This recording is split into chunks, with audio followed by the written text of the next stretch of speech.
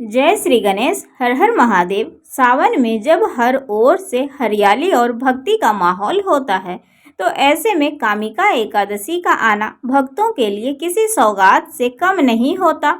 ये एकादशी सावन माह के कृष्ण पक्ष में आती है और इस साल ये तिथि शुरू हो रही है 20 जुलाई दोपहर 12:12 से और इसकी समापन की तिथि है 21 जुलाई सुबह 9:38 पर। इसलिए व्रत रखने का सही दिन पड़ रहा है सोमवार 21 जुलाई को।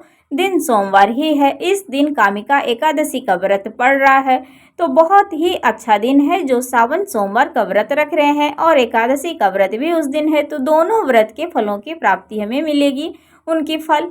तो चलिए दोस्तों, आप सभी को आज सुनाते हैं कामिका एकादशी व्रत की कथा को पूरा सुनिएगा दोस्तों, और पसंद आए तो वीडियो को लाइक आप सभी जरूर कर दीजिएगा। राधे राधे दोस्तों, कैसे हैं आप सभी? उम्मीद करते हैं आप सभी एकदम बढ़िया होंगे, खुश होंगे।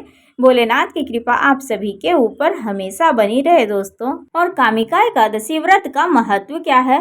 कामिका एकादशी पर भगवान विष्णु जी, माता लक्ष्मी जी की पूजा करने से घर में धन, सुख, शांति, सामाजिक प्रतिष्ठा, मोक्ष की प्राप्ति मिलती है।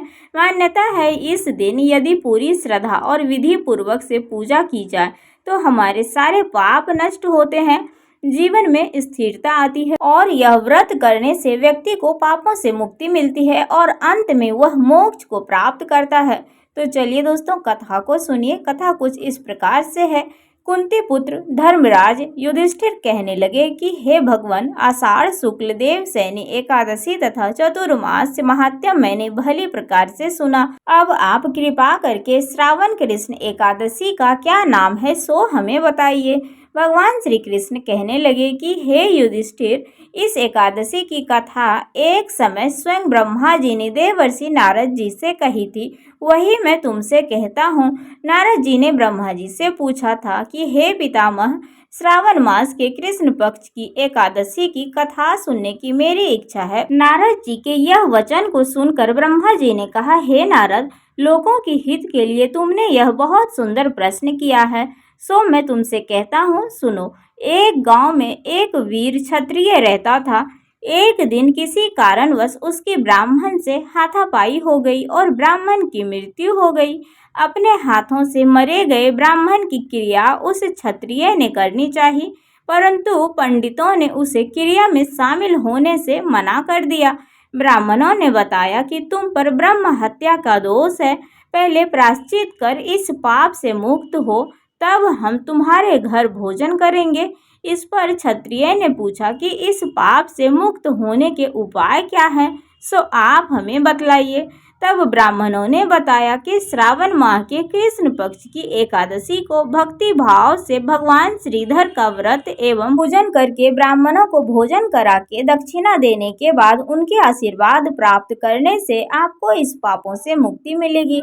पंडितों के बताए गए हुए तरीके पर व्रत करने वाली रात में भगवान श्रीधर ने क्षत्रिय को दर्शन देकर कहा कि तुम्हें ब्रह्म हत्या के पाप से मुक्ति मिल गई है।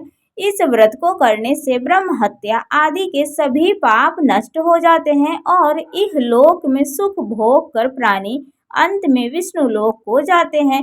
इस कामिका एकादशी के महात्म्य के श्रवण और पाठ करने से मनुष्य स्वर्ग लोक को प्राप्त होता है। तो बोलिए जय श्री हरि विष्णु भगवान की जय, भोलेनाथ की जय। तो दोस्तों, ये कामिका एकादशी व्रत की कथा आप सभी को कैसी लगी? अगर ये कथा पसंद आई हो दोस्तों तो वीडियो को लाइक आप सभी जरूर कर दीजिएगा और चैनल पर जो भी नए आते हैं तो सब्सक्राइब, कमेंट, शेयर भी आप सभी जरूर कर दिया करिए दोस्तों।